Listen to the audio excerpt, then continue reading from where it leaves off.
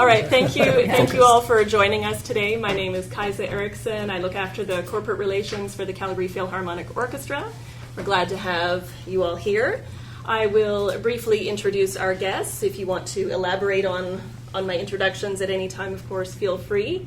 I'll start here. So Jeremy Clark from Clark Hetherington Financial, Mary Rozsa of the Rozsa Foundation, Samuel Hayes with Suncor, and Lori Caltagirone from Sunesis. Yes. I will say that with this group, they're each representing, some of you are wearing multiple hats as sponsors, as donors, foundation supporters, and some of you have been with us, have had a long history with the CPO, and some are newer, but we're glad to have you all in the CPO family. Just very briefly about me, I have had the pleasure of working for arts organizations across Canada for the past 18 years in 3 different provinces, and I've had the pleasure of seeing probably many of your orchestras perform. I've from coast to coast and even the 3 territories. I don't think we have any northern territories represented here today, but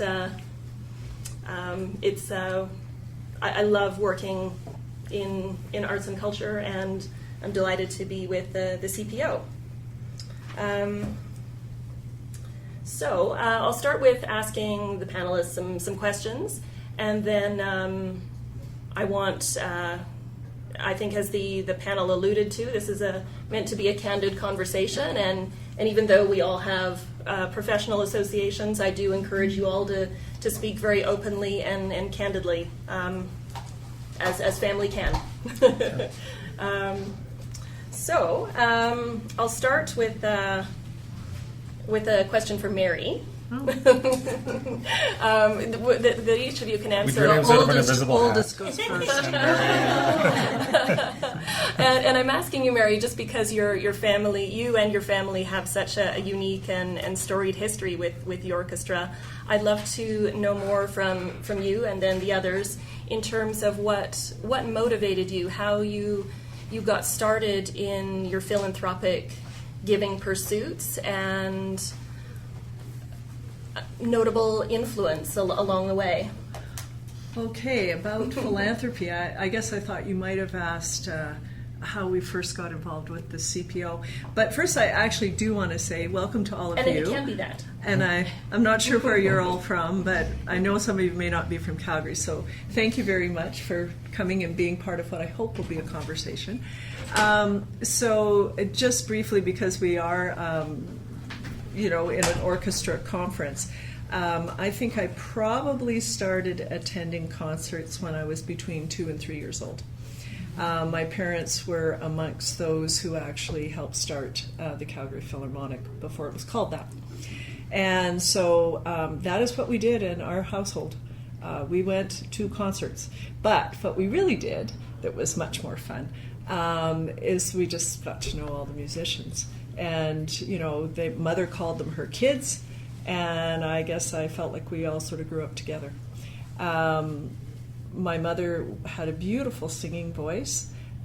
Both my parents appreciate music, as do I. Mother was closest thing to an artist, I guess, but we really weren't.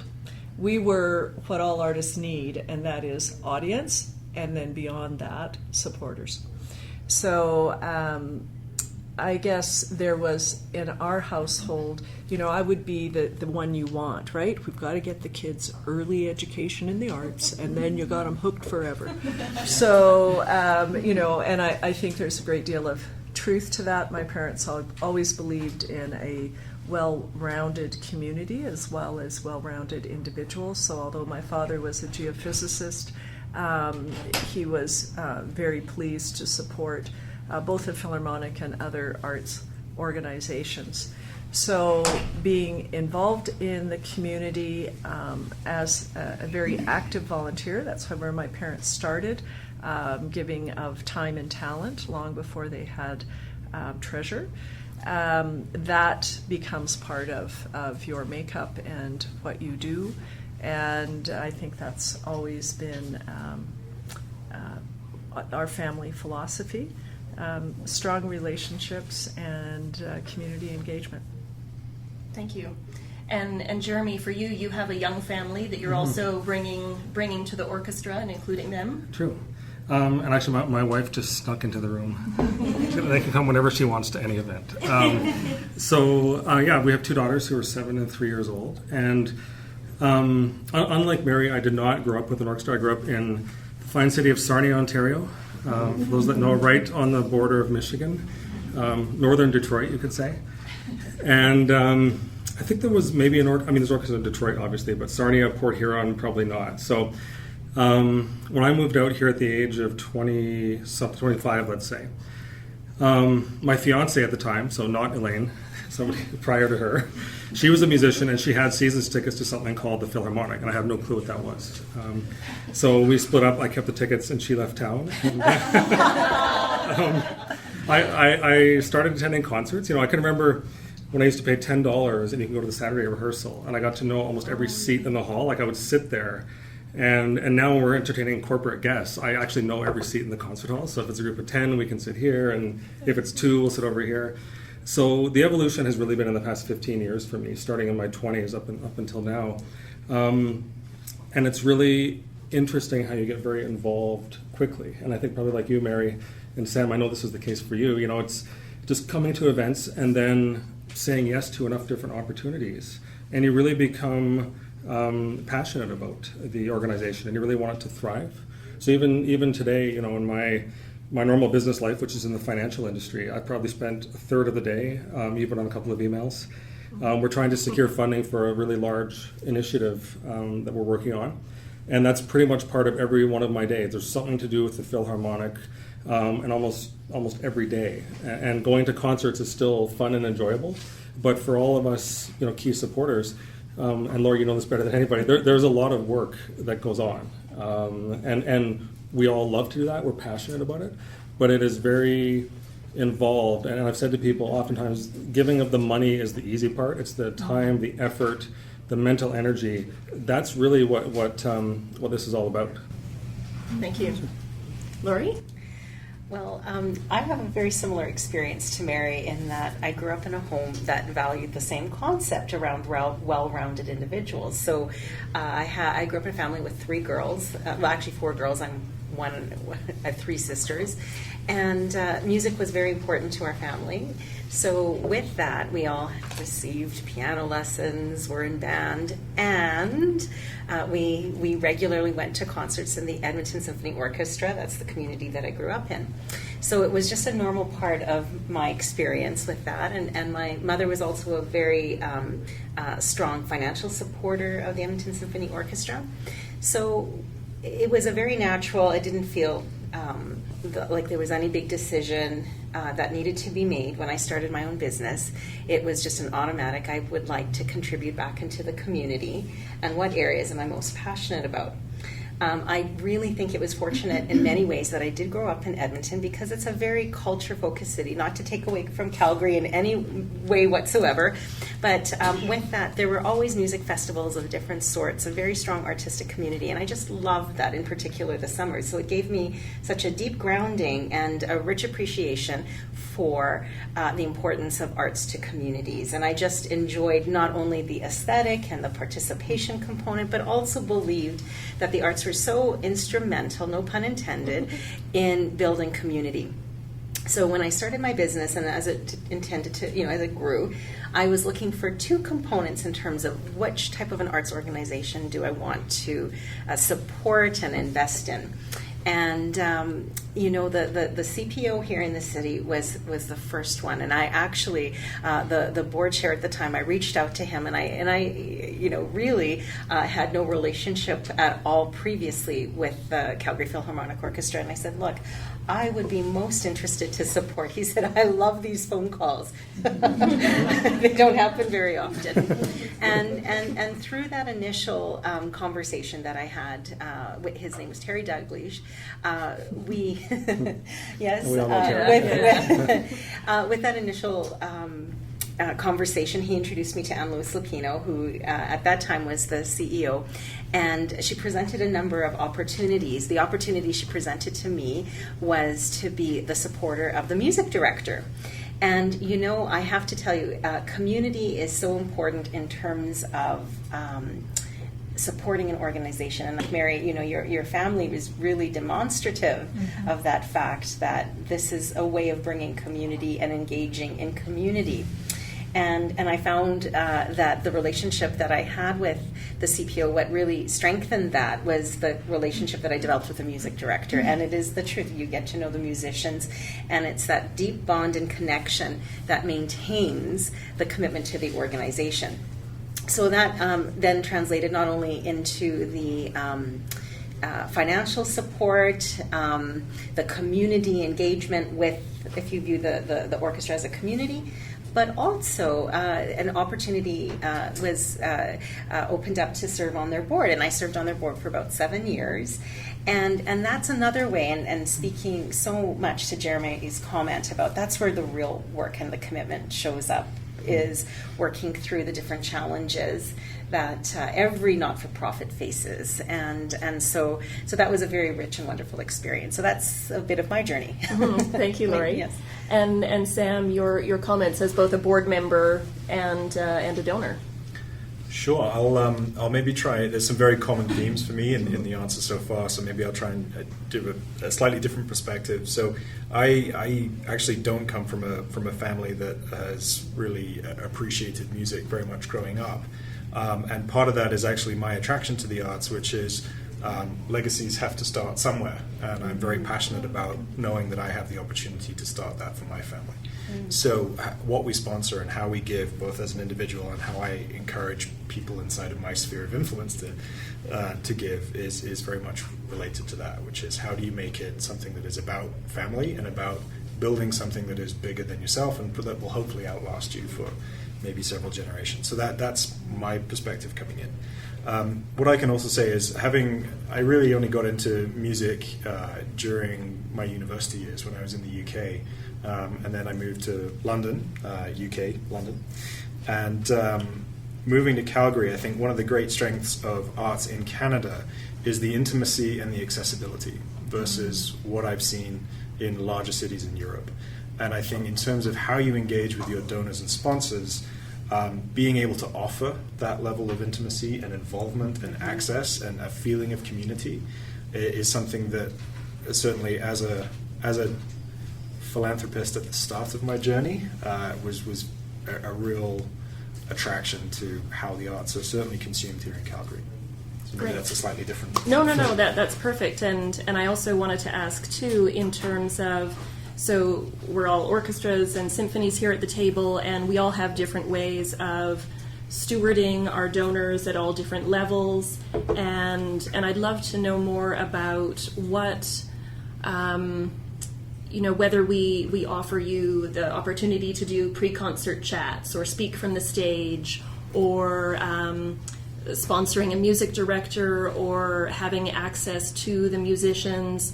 What are some of your favorite things there? What might be on your wish list in terms of what an orchestra could do to that in terms of stewardship that you would enjoy, whether you're currently getting that or not?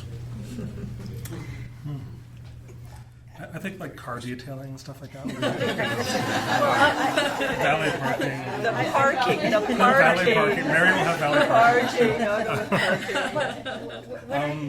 Laurie, do you want to take a shot? Yeah, go Okay, ahead. so with the music director sponsorship, and I think this was something that's really fantastic for Calgary, because I think it opened the door at Calgary.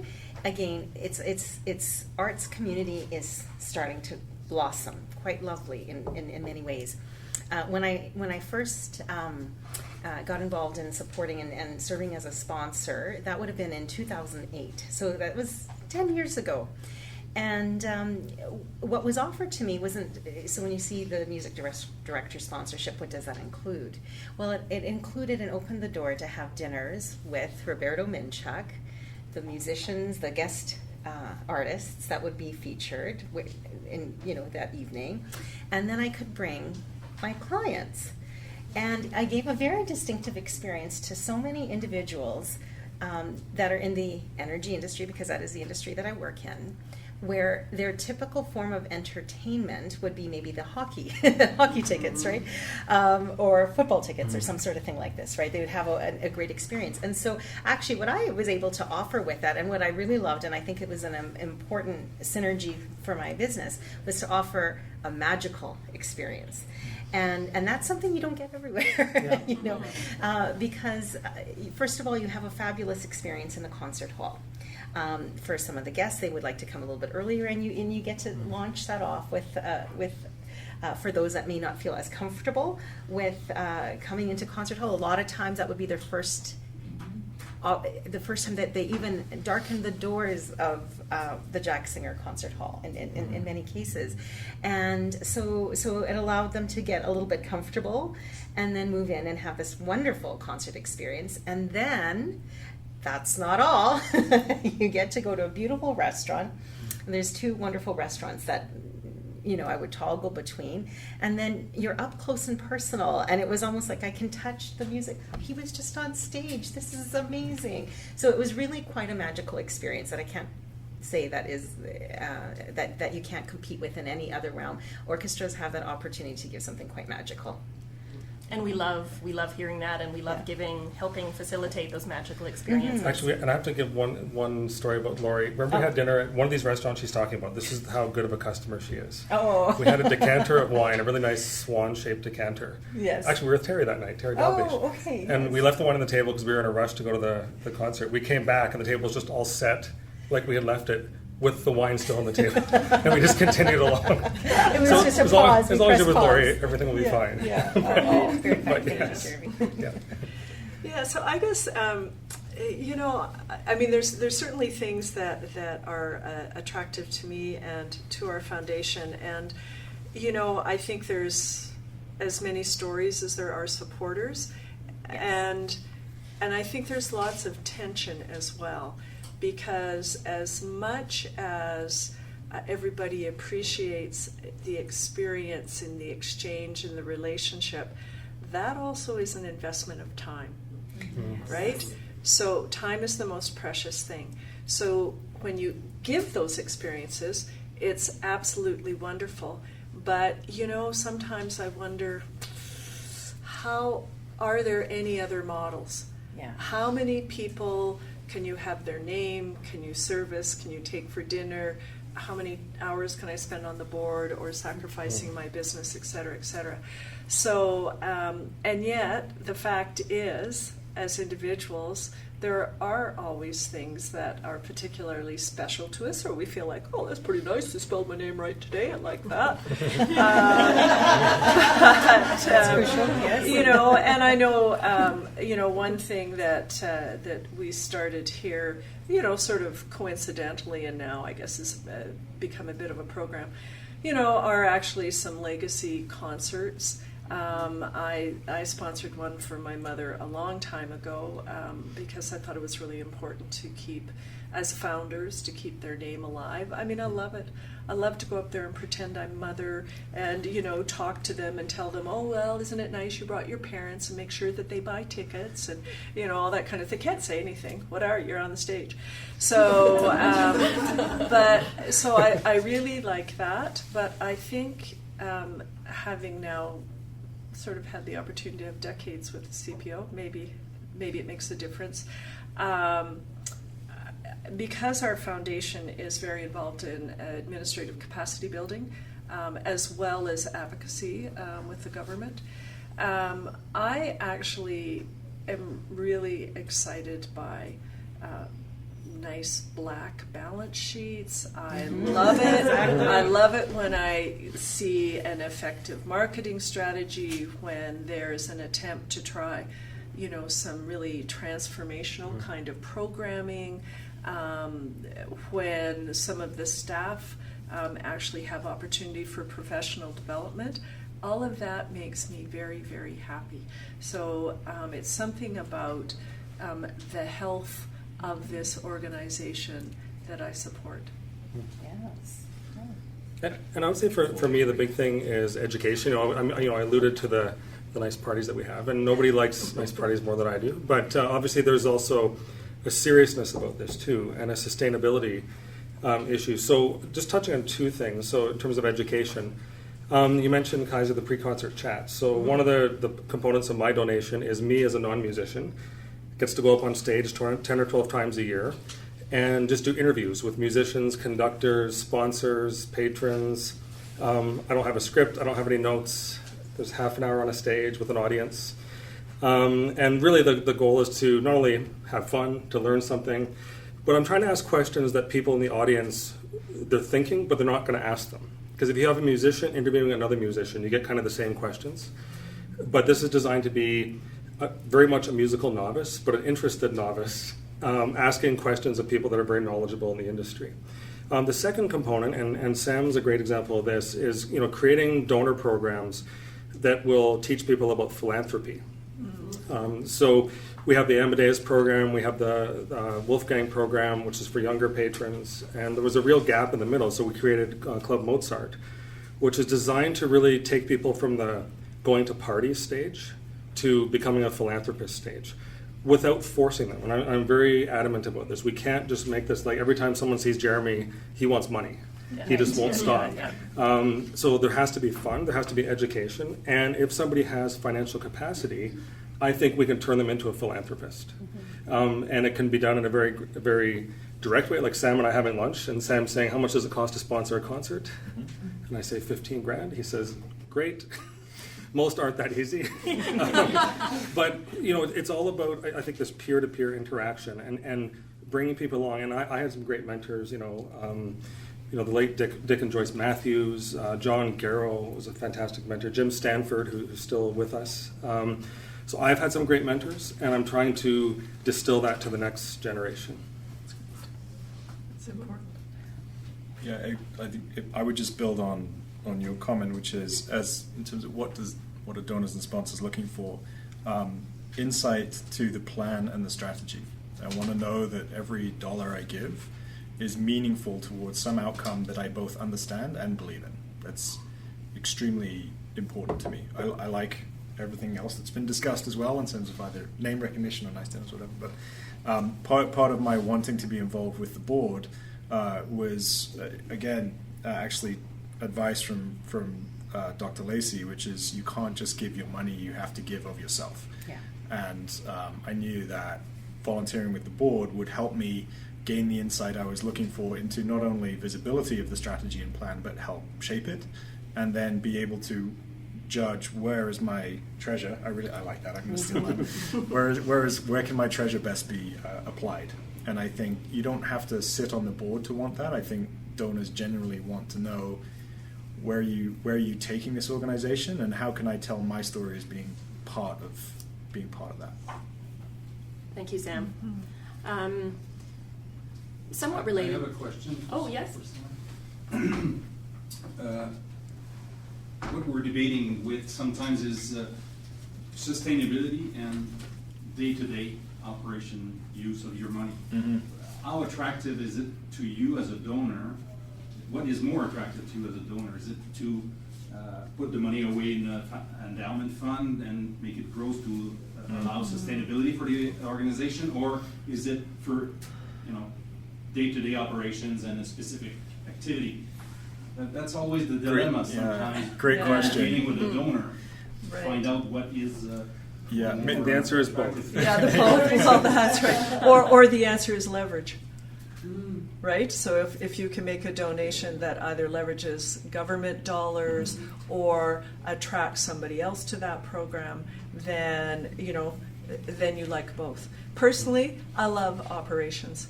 I get great kicks if the lights are turned on, but that is rare. Most people, it's not really sustaining, but whatever. Maybe I'll answer your question, but with a slight slant.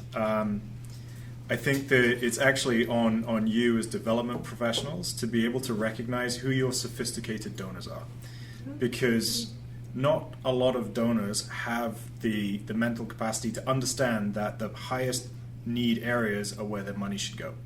A lot of people can be invested in, this is my program, this is where I want my dollars going. This is what's going to get me name recognition, that's where I want it going. This comes with sponsorship opportunity, that's where I want it going. It takes a fairly mature donor to say, you know what, here's the money, I trust you, use it as you need to because I understand where you're taking the organization. I think that the actual ask is back to you as professionals, which says, how do I identify those people so that I can be very targeted in the ask for what money needs to go towards endowment or keep the lights on or greatest needs funds, whatever you might call them, and who are the people that potentially either aren't there yet or don't want to give in that way.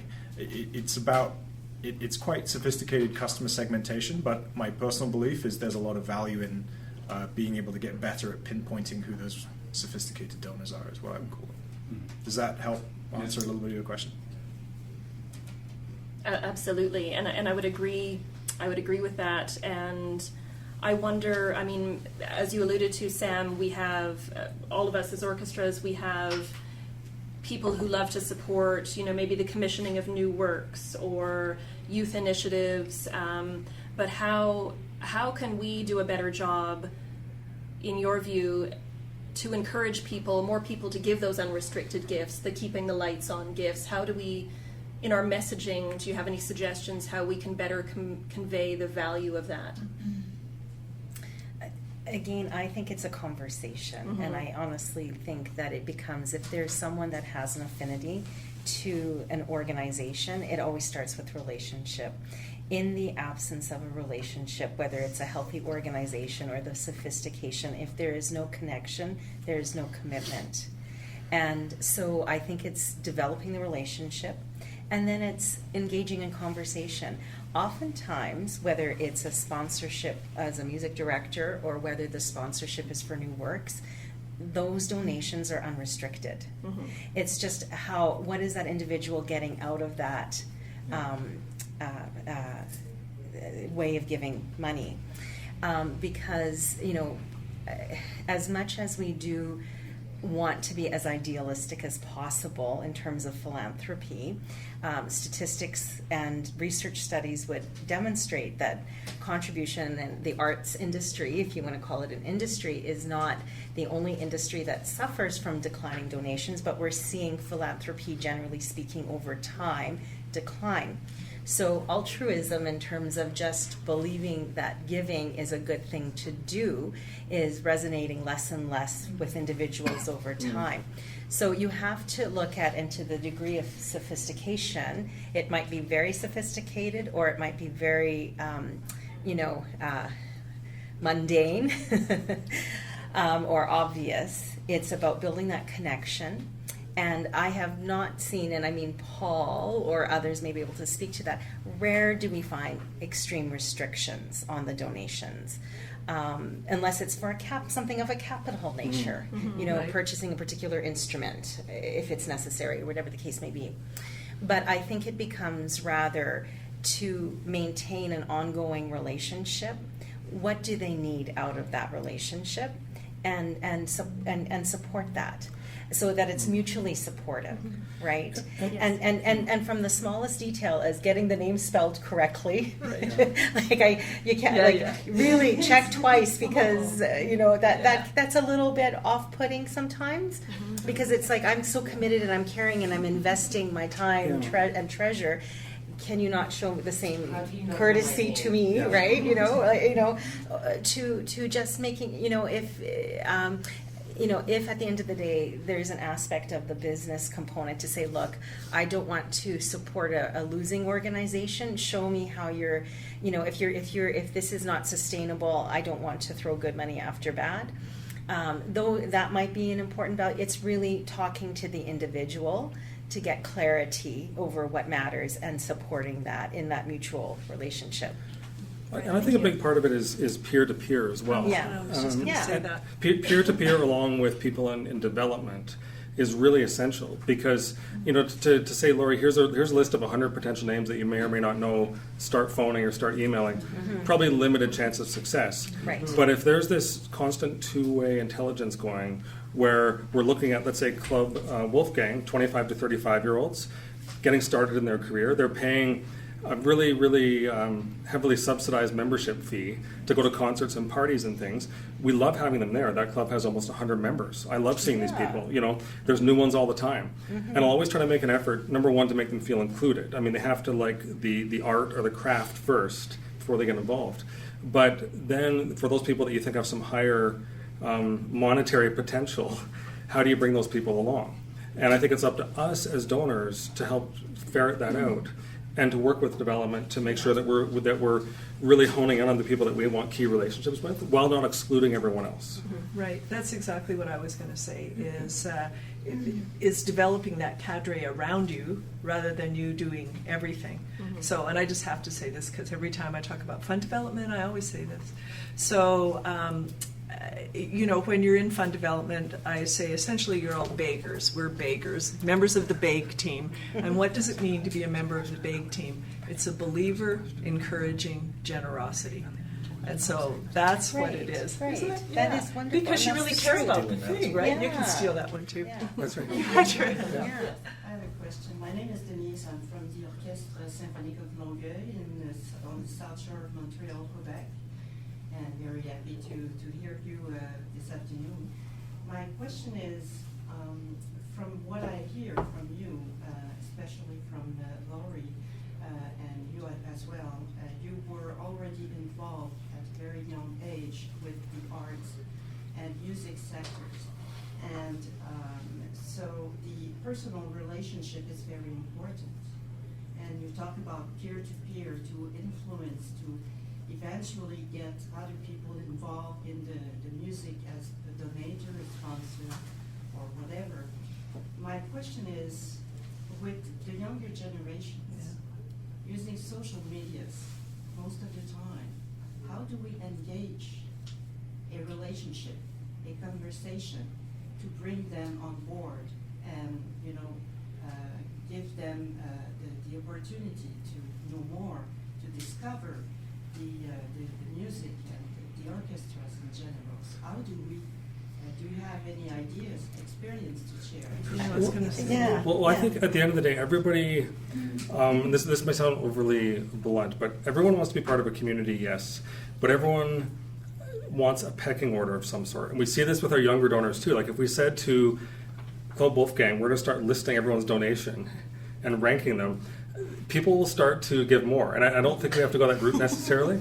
But people, number one, I think they do want recognition for what they're doing. They want to feel included.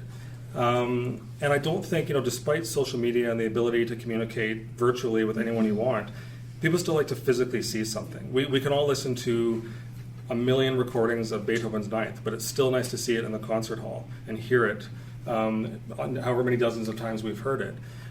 So I think, again, we can include people. Oftentimes people ask me, well, what should I wear to the concert hall? Right. And I encourage them to literally wear whatever they want. I would love to walk in, I'll wear a suit, someone else is wearing Lululemon pants or something. That's fine. You know, we want those people to feel welcome. So it's a high-end experience, but it doesn't have to feel stuffy, and it can still feel inclusive. And if somebody, you know, I have a good friend in Montreal who, actually one of the few, so she's a female video game designer and has done extremely well for herself in a world where it's very male dominated. And she and I had a conversation. I said, well, now that you're a philanthropist, and she said, what are you talking about? Well, I see your name now popping up here and there. What do you want out of this? And no one had ever asked her that before. And she said, well, my passion is kids. So it has to be something to do with kids. So normally people have a passion for something, but no one has ever really asked them that before. And I find with a lot of, especially young donors, the people that might go to 1 or 2 concerts a year, who knows who these people are? I think we have a responsibility to find out and to make them feel included. Mm-hmm. And if they tell you the next year, you know what, I don't like this at all, I'm leaving, fair enough, you have your answer. But I tend to think with music in general, very few people are going to say, I don't like this. You just have to figure out what really turns them on about this and tap into that.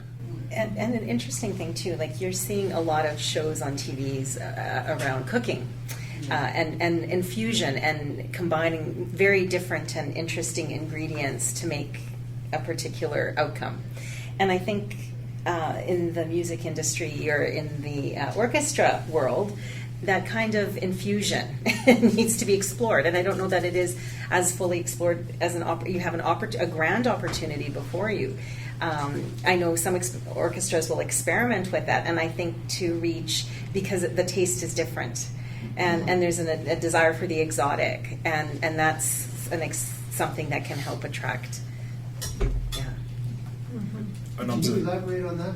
I'm not sure what you mean by the infusions. So when you think of, you can say, when you look at cooking, the analogy would be, this is an Asian infusion, and maybe there's Italian, Asian mixes and flavors, right? So similarly with orchestra, it can't just be pure. It can't just be, we're going to have a whole repertoire or programming of, here's our pops world, here's our heavy classics or light classics or whatever the case may be in terms of programming. Because as you would know, attendance and I'm only speaking in Alberta, okay, I know that you have to recognize the demographics and your population's tastes, but the pure classics concerts are, if you were to go in, you would notice that there's lots of silver. Okay, so to your point about drawing a new demographic, infuse it. They may think Mahler, how stuffy and heavy. Can there be a twist in the middle of a movement of Mahler that is introducing something different, or do you pair it with another piece that's of something a bit more super mainstream or obscure whatever the current but you know what I'm saying, it's just that infusion concept. I think there's an element, I think, in the orchestral world to want to still maintain purists, and we'll say we'll have pops concerts and then we'll have this concerts, and that's a very old model, I think. So to capture attention, to develop a new taste, that's something to experiment.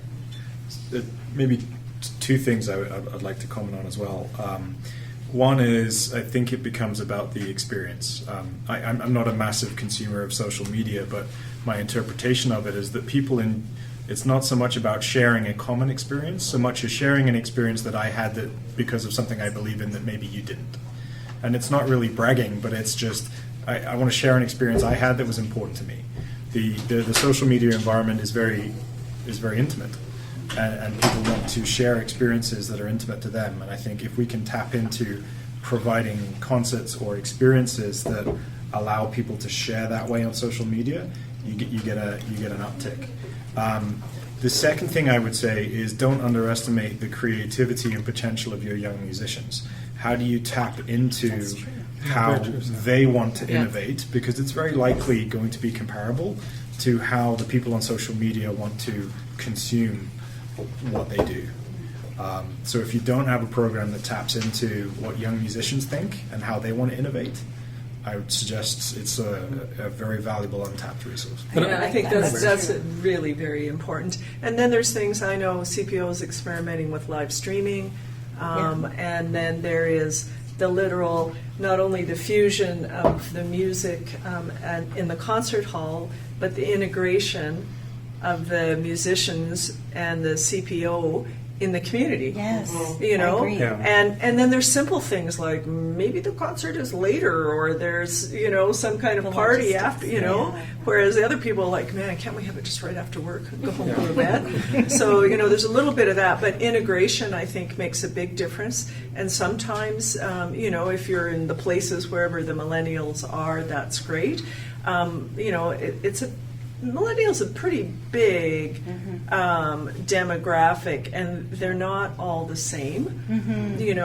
Some already have kids, so it's really nice to have CPO in the library because I'm there with my kitty.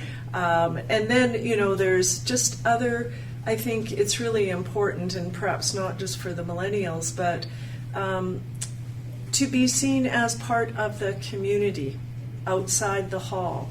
So, for us to see some musicians playing at a heavy horse pull at the Stampede, which basically is real fusion. Yes, but you know what? People see that, and all of a sudden they go, oh, Oh, I see. That's actually a musician. And for those who have Right? been to the Stampede, that's a very self-descriptive Oh, activity. yeah. The heavy horse show doesn't need any explanation. Yeah, yeah. It's large horses pulling Yeah. stuff. So, and I'm thrilled actually in the last just a handful of years here, really, where, we really are shining a spotlight on the music director and the musicians, almost like you would see, sports heroes walking around in their jerseys, and to the extent that these become the names that you can share on social media, wow, I think that would really move the needle. Yeah. I was with another organization where we actually made trading cards for the Oh, artists, we like were hockey doing cards. that. Yeah. Doing that, yeah. That's And it was fun, and they were And popular. I'm sure you can make it into an app. Everybody loves for sure. apps. Yeah. So. Your marketing too, just on that, your marketing of what, so as an example, everybody knows Carmina Burana. Pig? It's an art form. It's a new art The form. piano Sounds like a school thing. We're not sophisticated enough to understand. Yeah, that's right. This is new music. But just, everybody knows Carmina Burana, and if you know, Carmina Burana is used in many video games. And if Right, you go to right. those millennials that play those video games, or Destiny is another video game that has a lot of different, we took, when we did Carmina Burana a few years ago, we took it actually to the university in that sense, and we marketed it that way, and it really changed the patronage that was sitting in the audience for that show. And that's a pretty easy sell Interesting. for a performance, it's very recognizable, but to see those ages in those seats, that's not an easy sell, no matter what you have on the stage. But I think using social media, and Paul's still here, good. Paul is our CEO, president and CEO. Yes. So I'm a huge believer in very dynamic pricing of tickets, and I think social media can be very important in that regard. So let's say we're sitting in, a deep classics concert, which is usually about 65% full, give or take. So let's say we have a list of people. They've signed up, not paid a subscription fee or anything, and you'll say, if we still have to move 600 tickets, like a month before the performance, they're going to be discounted by 25%. And let's say you still have a big number 2 weeks before, now it's going to be 50%. And eventually you're almost giving the tickets away, but the concert hall is full. And someone said to me, well, Jeremy, you're sitting in your expensive dress circle seats. Do you really want someone who paid $5 an extra? I said, I absolutely do, because I can talk to them, maybe get them to come back. And so one day I was sitting there in dress circle with Runa Bergman, our music director, and there was a young couple beside us, very dressed up and very nervous to be there, like extremely nervous. And I said, so I just kind of nudged the guy and said, do you know who this is? He looks like terrified. I said, this is the music director. He'll tell you what that is. And so Runa and I actually chatted with them at intermission, and I'm sure they came back after that. But so I think dynamic pricing works in filling the hall, which to me is still the most important thing. And it allows, again, us patrons and people that are there a lot to recognize, oh, but here's a new friend that I could meet. Mm-hmm. But Jeremy, I think the magic in that whole experience is that connection, and feeling that it's not scary because connection is comfortable, right, in that way, and so I think that's, you can't underestimate that power, Yeah. So I have a question regarding that, and with connection. When you have capacity struggles in order to deliver those benefits and that connection and to create that magical experience, how do you give that same feeling to your supporters when you don't have the abilities or the tools to do so? You may have things that you can give them, but you don't necessarily have the time or the bodies to fully be able to focus on that. How do you still make someone feel special and important and valued with those restrictions? I could share an initial observation, and it's linked to a question that was asked before. I think certainly for Calgary, when I moved here, I sensed it was a very culturally aspirational city, right? I think people want to know that they live in a city that have world-class organizations within them. So what I would say is don't lose sight of the value of excellence in your craft, which is your resources should be focused on creating the best, the highest quality product you can possibly deliver at your core competence. And tell the story that helps people be part of that from a culturally aspirational point of view, which is, yeah, I live in Calgary, we have a world-class orchestra. Yeah, it's awesome. Because people want to back to the social media question, people want to be part of that. They want to tell that story. So I think part of my answer is cautionary, which is, I think, don't try and do too much. Everybody's got scarce resources, and when you start moving away from your core competence is actually when, from the business world, is when organizations really start to struggle. And I'm sure Laurie could probably give us quite a few examples of that. So I don't think I really answered your question, but maybe just a different perspective. Moment. Yeah. Well, because oftentimes that's the conversation, right? Is you have to do this. This stewardship is so important. But how do you take one body that, for example, we for years ran our organization with 6 bodies in total, and of those 6 bodies, 1 was full-time. Wow. Today we run with 8, and of those, 1 is full-time. And so when you're looking at that, and we don't have a fund development director, because obviously we need other departments first. So when you're looking at that, we have a volunteer committee and a board that step up to help us. But then we have 2 staff members that are available to fill in those gaps as well. But if I take those 2 staff members during a concert week to do my stewardship, I no longer have, say, a front of house manager. I no longer have this. I no longer have that. So my product suffers. What I'm giving out, the reason that you are supporting us, suffers.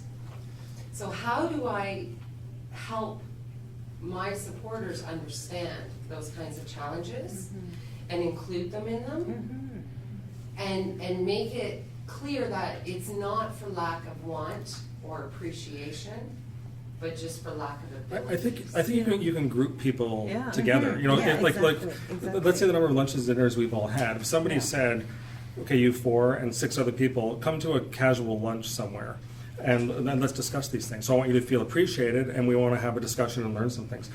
I wouldn't feel offended as a key donor that, oh, there's 9 other people here.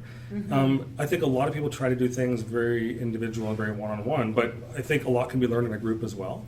Even by saying, okay, come like 3 or 4 times a year, come an hour or sometime before the concert, we'll all meet.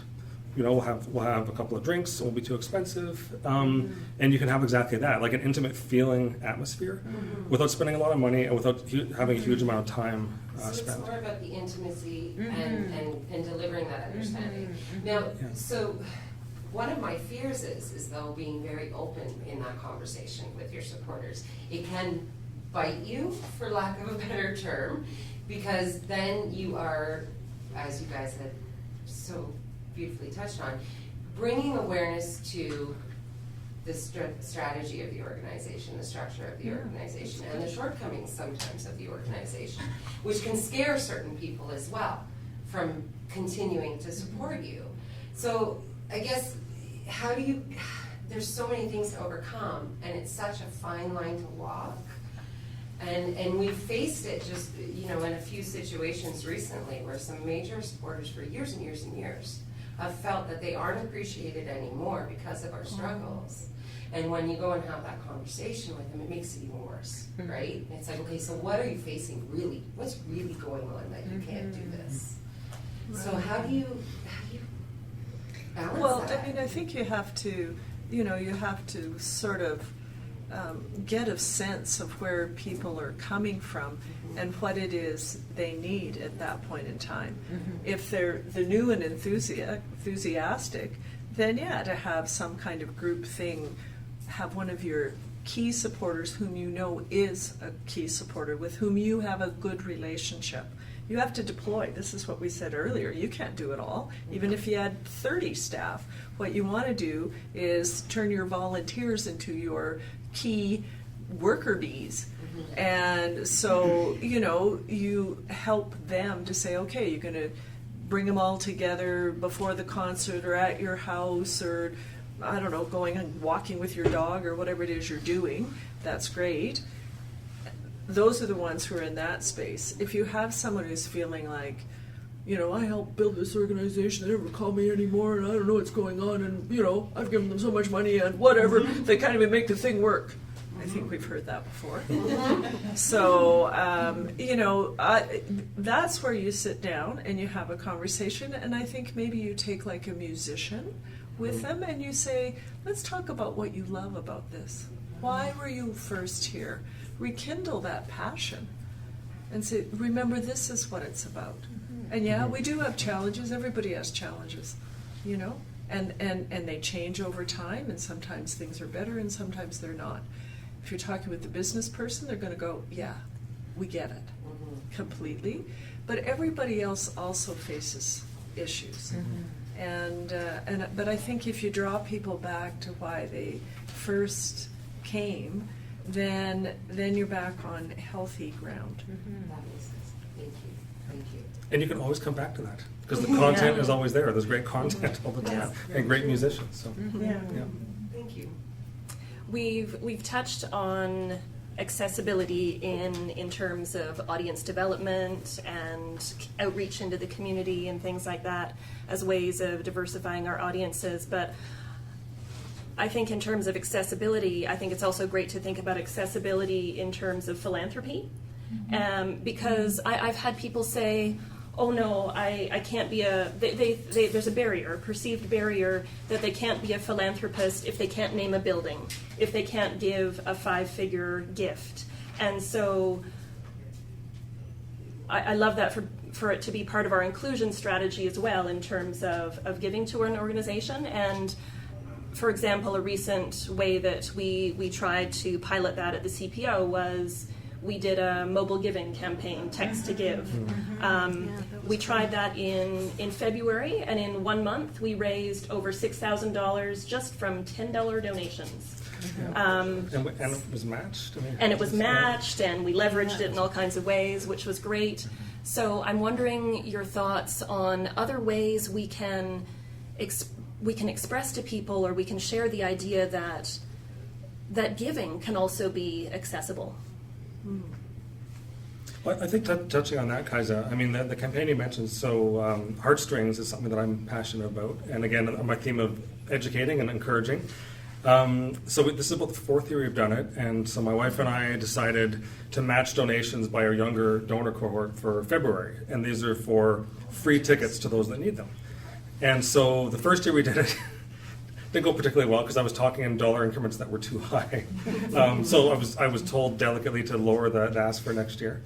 And so in the 4th year now, I think we raised, like out of that $6,000, about $3,500 came from people in that group of 100 partygoers, let's say. Young professionals. And so, in one night. And I was talking, that's right. In one night. And we were talking about $35 increments because that was the cost of one of these tickets.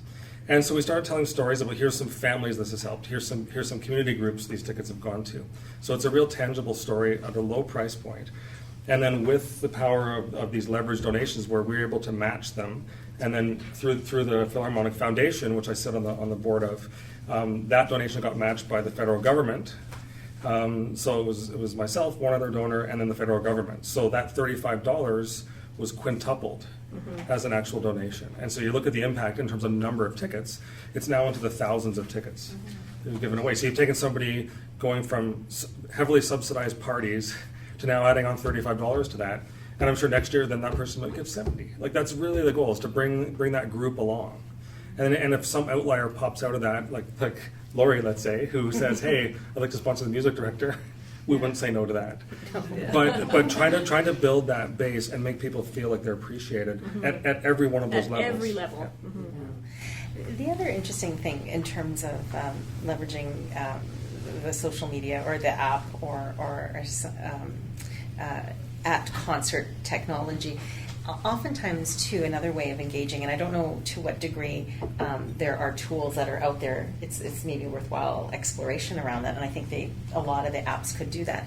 But if people see a target that you want to reach at each concert, right? Nothing crazy, maybe it's the $3,000, but for example, if you have a sellout at the Jack Singer, there's 1,400 seats, and so even if 1,400 at $10. If you give $10 times 1,400, that's $14,000 grand in one night, right? And so, but maybe it's not 10, maybe it's $1, maybe it's, so if people see a target that's accessible, that it's so easy, it's like, okay, everybody, and you just bring awareness, and it's so easy to do, it doesn't have to compete with whatever other types of raffles may be going on. But if they see that target, I think that's another way of making it accessible for people.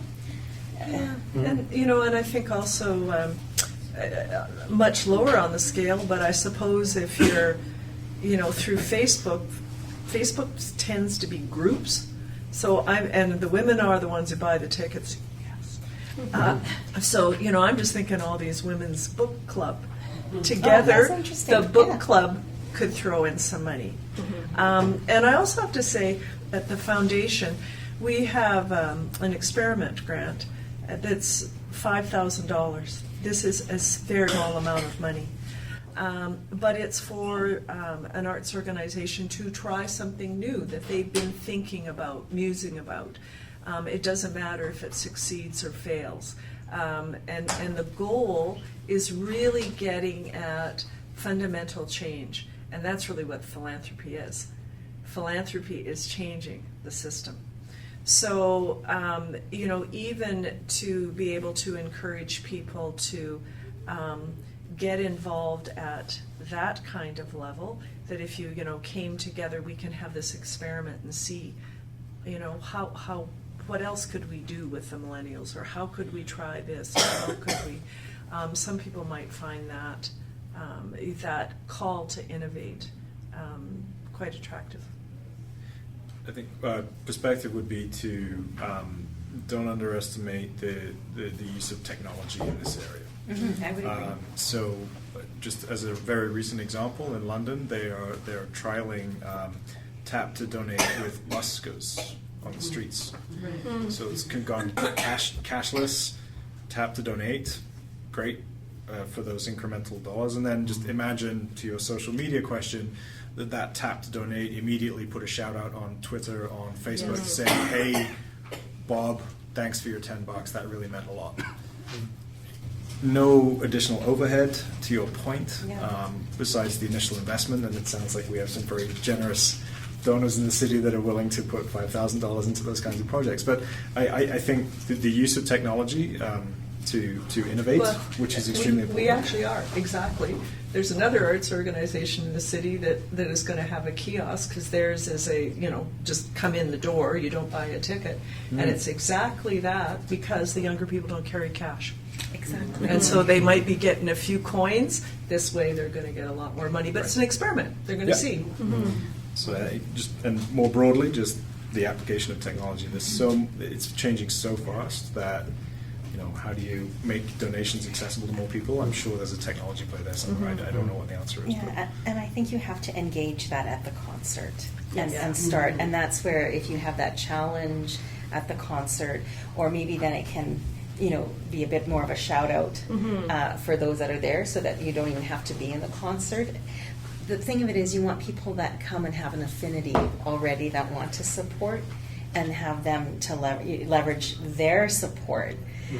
So I don't know what current model or apps that are out there that can do that. I'm sure there already exist, but I think that strategy in the concert hall of engaging and encouraging it. I think there's sometimes a little bit of a resistance because of potential noise and such, but that's that tension with a shift in taste, right? Yes. And change. So I think you have to start engaging technology from the stage and encouraging active engagement from the stage to the people in the seats.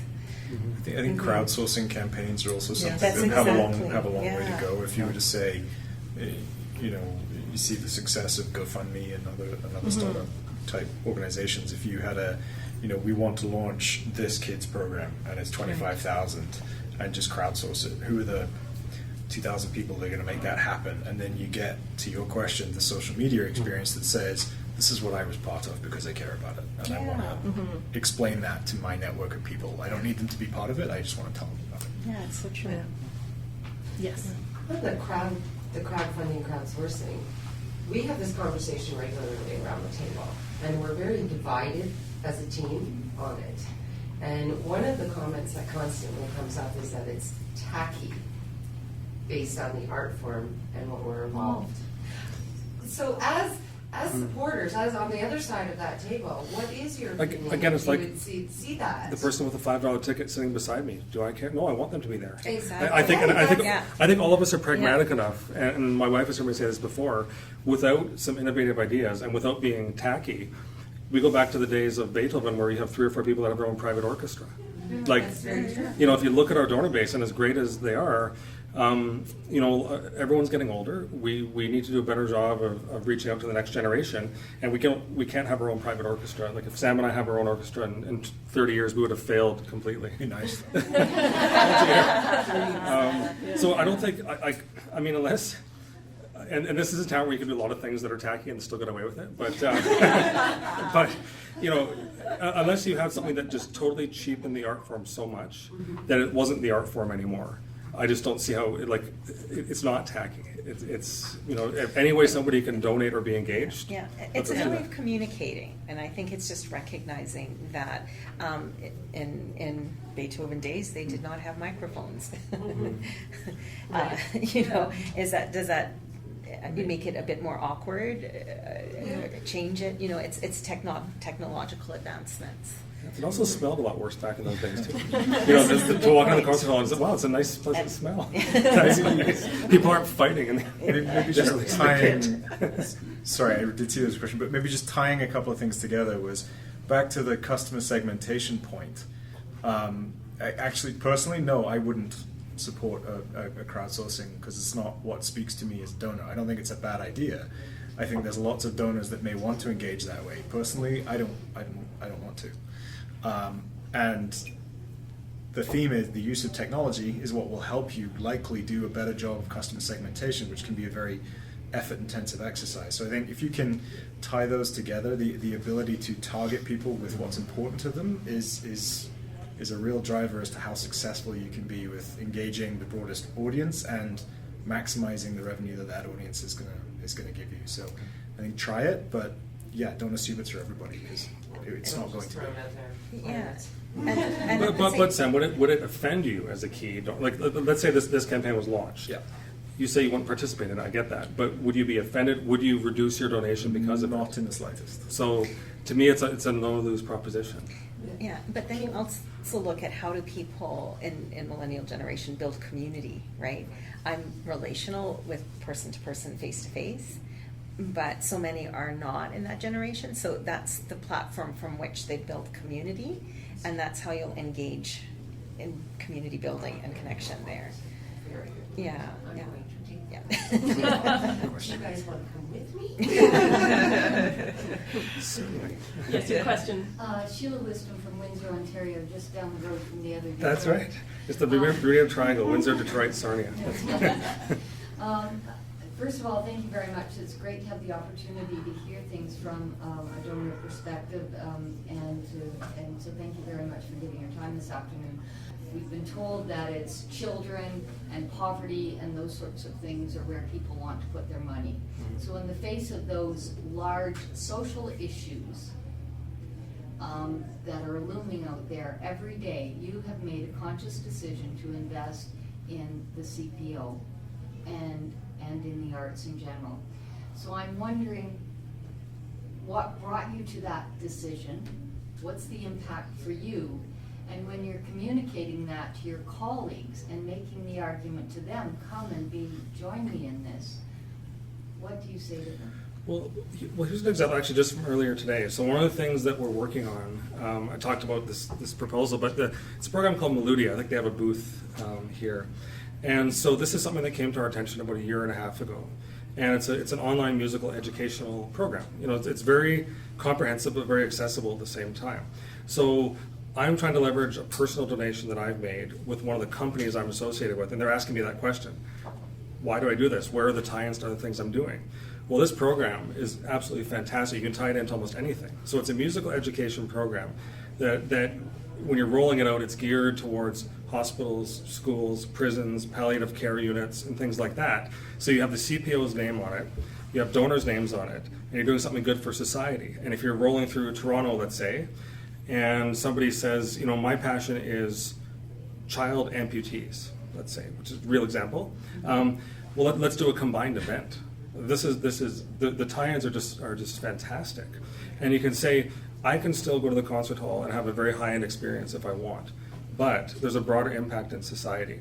And so particularly for the companies that I'm talking to, which are generally investment companies, they want that. They certainly don't want a one-dimensional donation. If they're going to be committing, you know, hundreds of thousands of dollars to something, they want to make sure that it's seen to be good for society, not just you're taking something that's high-end and making it higher end. So the more that we can do, and I think we've all kind of touched on it, to make this entity, the Calgary Philharmonic, more accessible and more broad-based and tying into more different things in the community, I think the better we all are.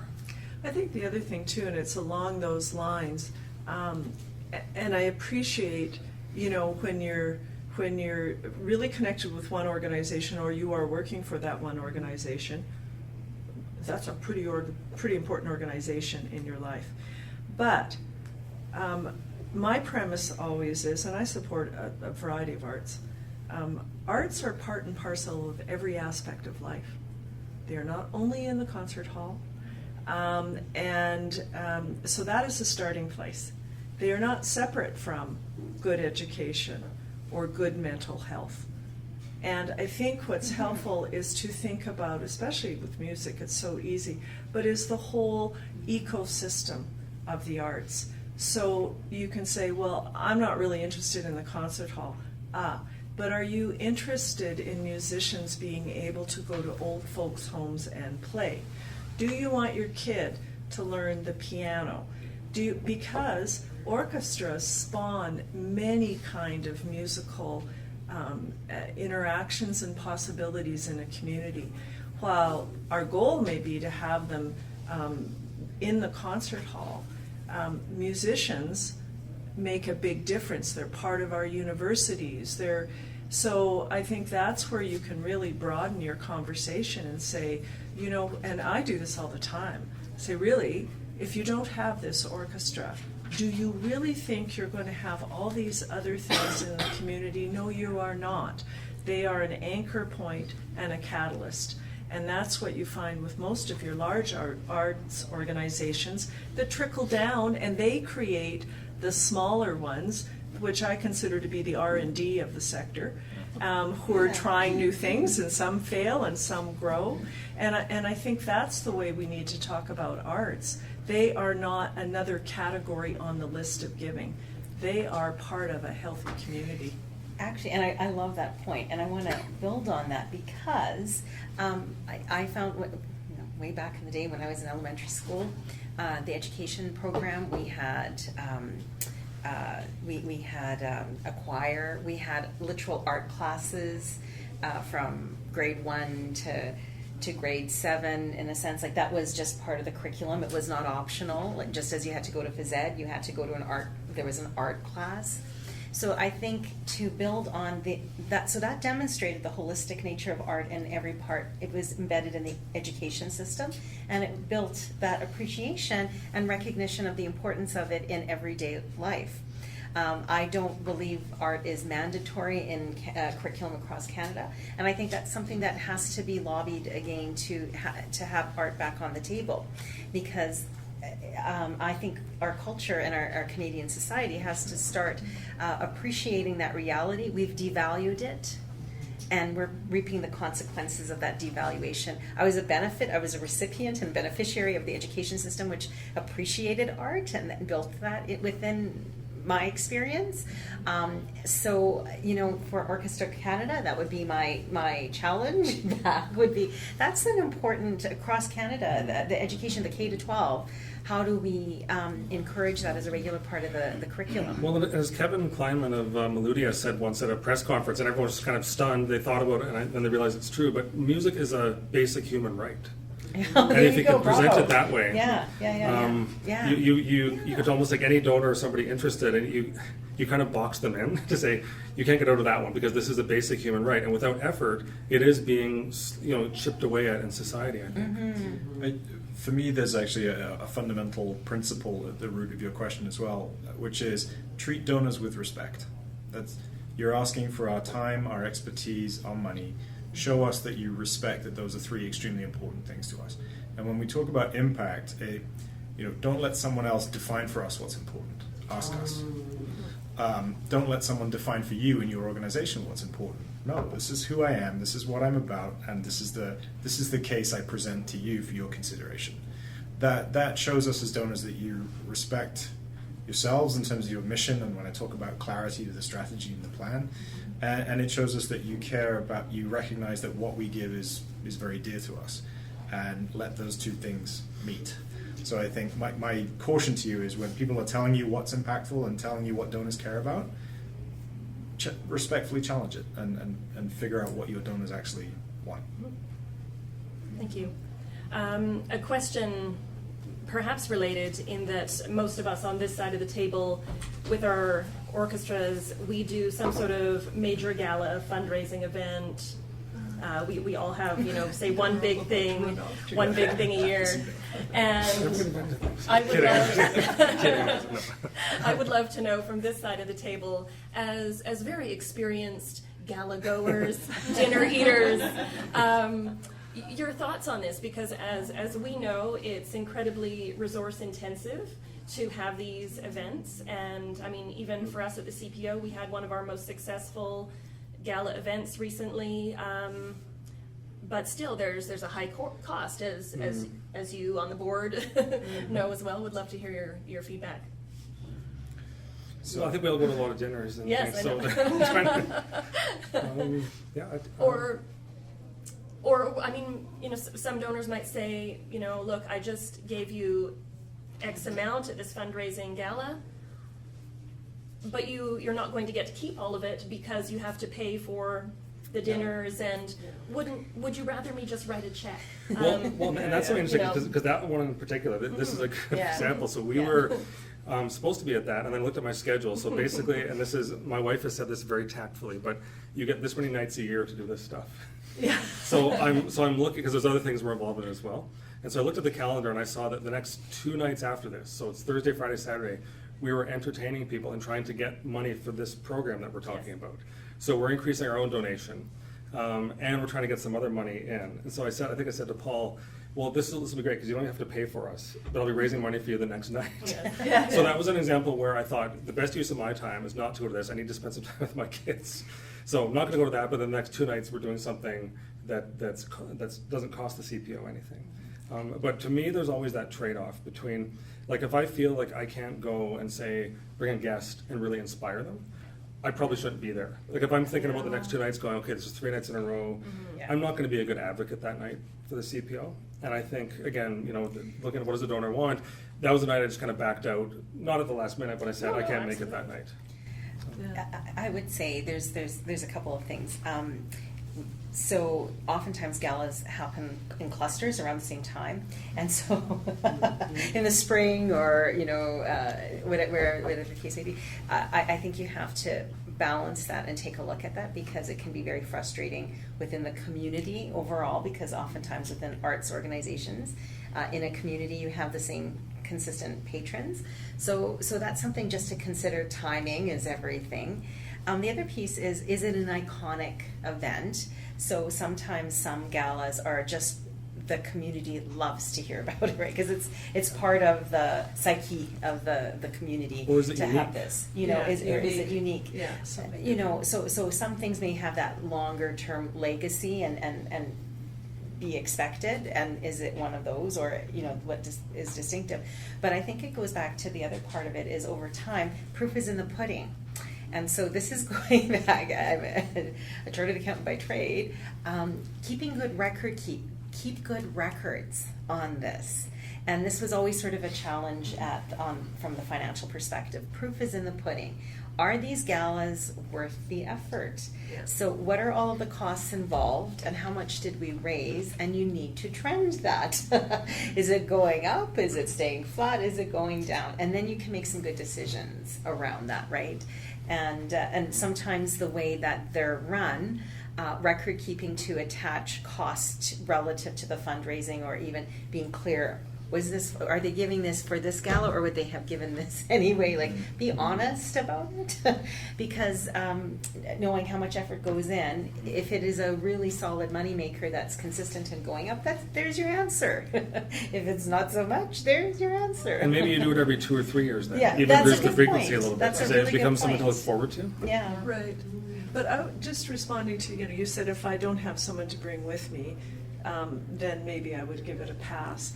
But I think sometimes, you may bring people who will never be able to afford to give That's any true. money, right? And they may not even feel comfortable at a dinner, but you still want to go Right. and enjoy the community. So, and I think especially of older widows, right? This is their time out.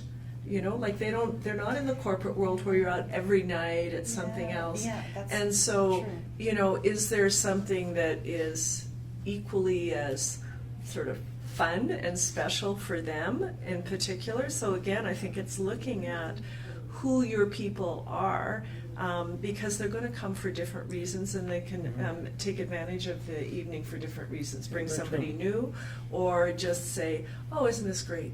Tonight I don't have to sell. I can just have fun with my friends." And It's also how you measure value, because it's not just the financial return of those evenings. Yeah. If you think about the aspirational donor who's like, I can't go this year, but next year I'm going to make it to that dinner and I'm looking forward to it. I want to be part of that community. And then you think about all of the networks and the communities that you can create at those events and what opportunities that might create. I think certainly part of my story is connecting with Jeremy and having conversations about what he and Alain were doing. So it builds from those types of events, and I think we may not be the best full representatives of the collective of the audience that attends those things. So whilst we might go to several, or we were going to give anyway, well, some people actually, when you talk about that, how do you reach the biggest cross section of your demographic? Events like that are really important to connect all levels of your donor And you base. can identify I some think they're key important, donors. and just make sure they turn a profit. Well, Yeah. there's one in particular where it goes this. back to that, yeah. There's one guy in particular who came actually through Wolfgang. His boss's boss came, so he's the president of a mid-sized oil and gas company. So this guy consistently spends like $20,000 or $25,000 a year at this auction, at this gala, and not a lot else otherwise. And I'm thinking, like, somebody who's close to him has got to talk to him and say, less stuff and more impactful giving long term. Well, that's great that you bought the stuff. Like, really, someone had to donate that. So let's move it. But let's move this conversation along. But that's where, like I've been to some of the, fundraising lunches or whatever, and the stuff you buy is sponsoring this kiddies music program, or Right, those like are that, the- which is the actual working of the orchestra. Yeah. And you don't have to try and figure out how it's going to fit in your car to go home. So and I think those kinds of things are wonderful. It's a great suggestion. I would like to share an experience. I didn't introduce myself. I'm Jean Dupré with the Orchestra Metropolitain in Montreal. Montreal is the only city in Canada that has 2 symphonic orchestras, so we're basically fighting against each other for the same pool of donors and corporate supporters. To come back on the gala idea, this is the second year we've done a gala. We didn't used to do a gala, and we found that it is very worthwhile in the sense that it attracts the corporate supporters more than the individual supporters at this level. And it's a nice way for us to differentiate. Help me here. The types of donors you deal with in terms of having other events. We have other events for our normal donors, people that would give us $1,000 or throughout the year. But the gala proved to be a nice way to raise significant amount of dollars. The one we just did raised $400,000 net after all That's expenses. a great, That's very great. successful. Yeah. We used to, people say we used to. So do that every year So that's until it good. breaks even. Yeah. But having said that, I like the point, and it has to be brought to the people in a different way. And what we do is we try to bring a different theme every year to the gala. This year was, because of the tour we did, was self-accomplishment and determination. And we identified individuals in 4 different categories. One in business, that was a lady that outshined the business world in Montreal. One person in the community and social environment. She's in charge of, I'm translating all this in my head as I'm speaking. You're doing great. Médecins du Monde, which is Doctors of the World. Oh, yeah. And we had the triple Olympic medalist from Pyeongchang in short track speed skating, who was the flag bearer at the. So it brought to an orchestra and other people. Yes. That actually brought the community together. Yes. So this was quite successful. And Yeah. I just wanted to reiterate that if it is a lot of work, it is definitely a lot of work for small organizations, Yeah. but it's worthwhile. I think it allows you to brings be- different donors to your Yeah. organization. It allows you to be creative too. You can almost Yeah. have your team, like if you had a wish list of things that you want to do, that's probably the event to try them. Yeah. Because there'll be enough things going on that it probably won't be a failure, any particular thing you try. Yeah. So that does allow you to be quite creative. Yeah, yeah. Yeah, it's good advocacy. It sounds like it was great community advocacy Yeah, exactly. on so many ways. Yeah. And it's selfish in a way, because it was a way to build awareness and bring visibility to the event. Which is amazing. Wow, Which Yeah. is great. It's a good idea.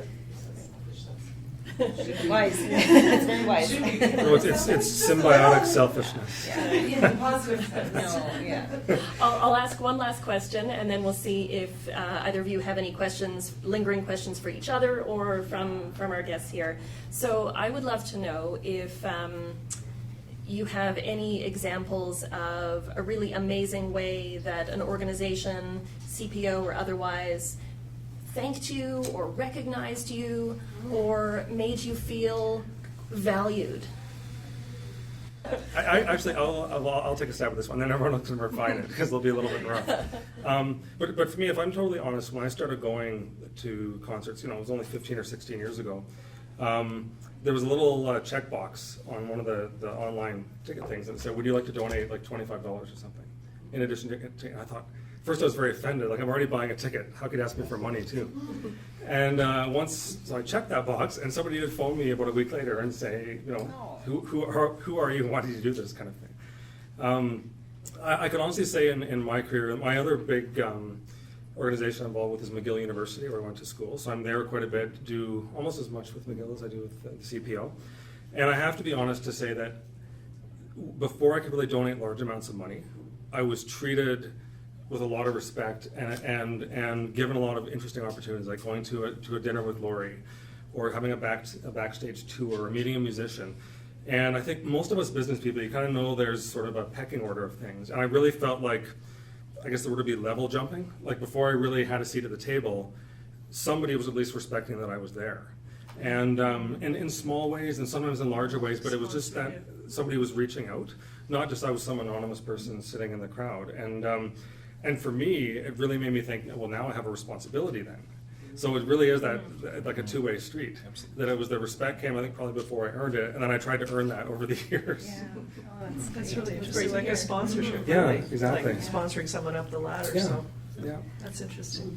I can think of an example for myself actually, and it's being invited into the family to be a part of the board, which was it spoke to what I was looking to do, which again, and currently, and I'm not yet in that kind of financial league, and I hope to get there, but the confidence in me and what I was able to add to that, to where the organization was going, and the recognition that it was clearly important to me, even though I wasn't, they could see the potentially in me building to that level. So I think being, that was a big thing for me. And again, it builds the sense of responsibility to say, okay, I'm part of that journey now, and I have a responsibility to keep that going. So.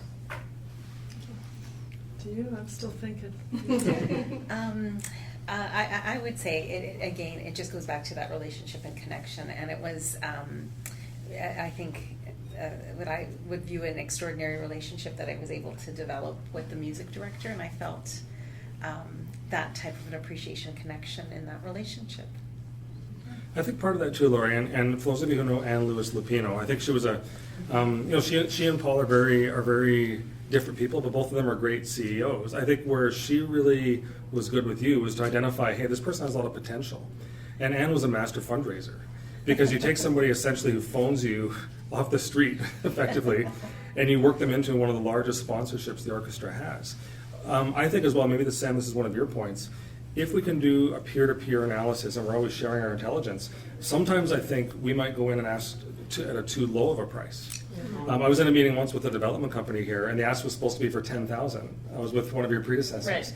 And as we're sitting there, I'm thinking, these people are like 50 to 100K. And she's about to ask for $10,000. And I will rarely do this as a modern, polite businessman, but I grabbed her knee and said, so I think we're talking about 75K here, am I right? And that was where the conversation progressed from there. So I think some of it too is really trying to figure out where that ask should be. And it's kind of an interesting thing, but I think Anne did a very good job with you, and I'm thankful for that. Right? I mean, I guess for me, I don't know if it's thank yous, but I have appreciated being able to be involved in different ways over the years. So I remember when I was on the board, all the members of our family have that opportunity, and I was quite young, and it was a huge board. So really all I could give was help at whatever, the dinner, except I didn't have a dress. So, but you know what, I've always had the opportunity, I've had many times my ideas embraced. And so I was involved with the polo club because I wanted to learn how to ride those kind of horses. So I thought, well, I guess the CPO better come out there too. And, so we had we had CPO and we had football players and golf carts playing polo, and it was just, somebody's delusional afternoon. But it was great. It brought so much of the community together, and it was really fun. And supported heartstrings when it first started. So that was really neat. I remember when I said, oh, well, we're coming out of bankruptcy. We must go play the anthem at the hockey game. And they indulged me, and we made it all work. And so I guess for me, I really like that, they're willing to entertain some of my more extravagant ideas. And because that's what I love to do. So. Thank you. Well, yes. May I give just one tip in terms of what you can give to donors? So, speaking as a young professional, the ability to develop skills through taking on responsibilities by volunteering that you cannot get in your organization is invaluable. So what I've learned about governance, what I've learned about financial management, a lot of it I've learned through volunteering with the CPO and other organizations. It's a great way of rewarding donors and volunteers and attracting the young professionals that will be your donors. Good point. Immediately and larger in the future. And none of us said anything. There was no stuff involved in this. Nothing. Right. There was no Right. physical gift, or wasn't that I had a flat. really No. great dinner. Yeah. No. Right. Yeah. Yeah. Yes. Well, our gratitude to each of you for the time, talent, and treasure you all give to the CPO, to the broader arts community. We truly appreciate all that you do for us. Any final questions? I don't want to keep anyone from the party. Yes. I'm Lorraine Tanner with the Victoria Symphony on the island. I love that. I'm out there every quarter. I'll come and see you. I'm from Victoria. Good. So I'm just wondering if you could comment a bit on the other side. We're always, hearing and wondering where donor fatigue is. With so many people asked, our community is very small and locked up there on the southern part of the island. Everyone asking them all the time for everything. And I just wondered your comments about donor fatigue, being asked too much, or what it feels like, or when you feel. If we're looking at nights on the calendar saying, okay, we can't be doing this 3 nights in a row, well, and instead of me bottling up this resentment towards the CPO and eventually just leaving, I try to make sure, and again with some of our key supporters as well, we kind of give each other a bit of a release to say, you know, if we're going to vent some frustrations, usually to each other, and you kind of get yourself together, and now there's a positive plan. Because there has to be some sort of release valve, otherwise I think the pressure just builds up, and those are the people that will just say, I'm out of here. Like I've given my 5 or 10 years and I'm gone, and I think that's a real shame. I think if Lori came to me one day and said, you know, I'm having a struggle with this, let's talk it through, hopefully we can come with a solution together. And I think there is a camaraderie amongst the top supporters here that I hope would be with most organizations. I think part of it is you have to be clear about why I am asking, especially this time, right? Because if you already have that relationship, you know, you're sort of saying, you know, where are we this year? But, you know, sometimes in the ebb and flow, you know, there's a particular need for some additional funds. I think you have to be pretty honest. I know you've been a supporter for years and years. I want to let you know that, you know, whatever. And I think another thing too is if someone's been involved for a long time, you know, and I mean, if this is the only organization they give to, then that's a different story. Then you really need to understand what's going on. But if they are good corporate citizens or community citizens and they give to a number, I think you have to realize that some years you say, you know, these are the 2 or 3 that I'm going to give more significantly, and not to feel like, oh, they must not like the CPO anymore because, man, she gave all this money over here to opera. So that's this year for a particular reason. And so, you know, I think you also have to have a longer view besides 1 year. For me, I think it's 2 things. It's know your plan and keep your focus. So a lot of times fatigue can come because the asks aren't planned. It's just the next idea and it turns into the next fundraising ask, and suddenly I've got 5 things asking me for money because it wasn't planned at the start of the year to be a consolidated or concise ask about what I might want to support. So I think knowing your plan is also the customer segmentation thing, know who you're asking for what. And then in terms of keep your focus is, the more you get distracted away from that core competence of trying this program or trying this or wanting to do this, it multiplies the asks you're making as well, and you can come across as unfocused to the people that probably have a very specific passion about classical music. And so I think that's what I mean by keep your focus, and I think those 2 things will help you avoid donor fatigue, but it's inevitable. It's just you have to, I think as an organization, mitigate the consequence, which is, I think those 2 things help you do that. All right, thank you again for listening, for your questions. Thank you all. Thank you. Let's go enjoy it.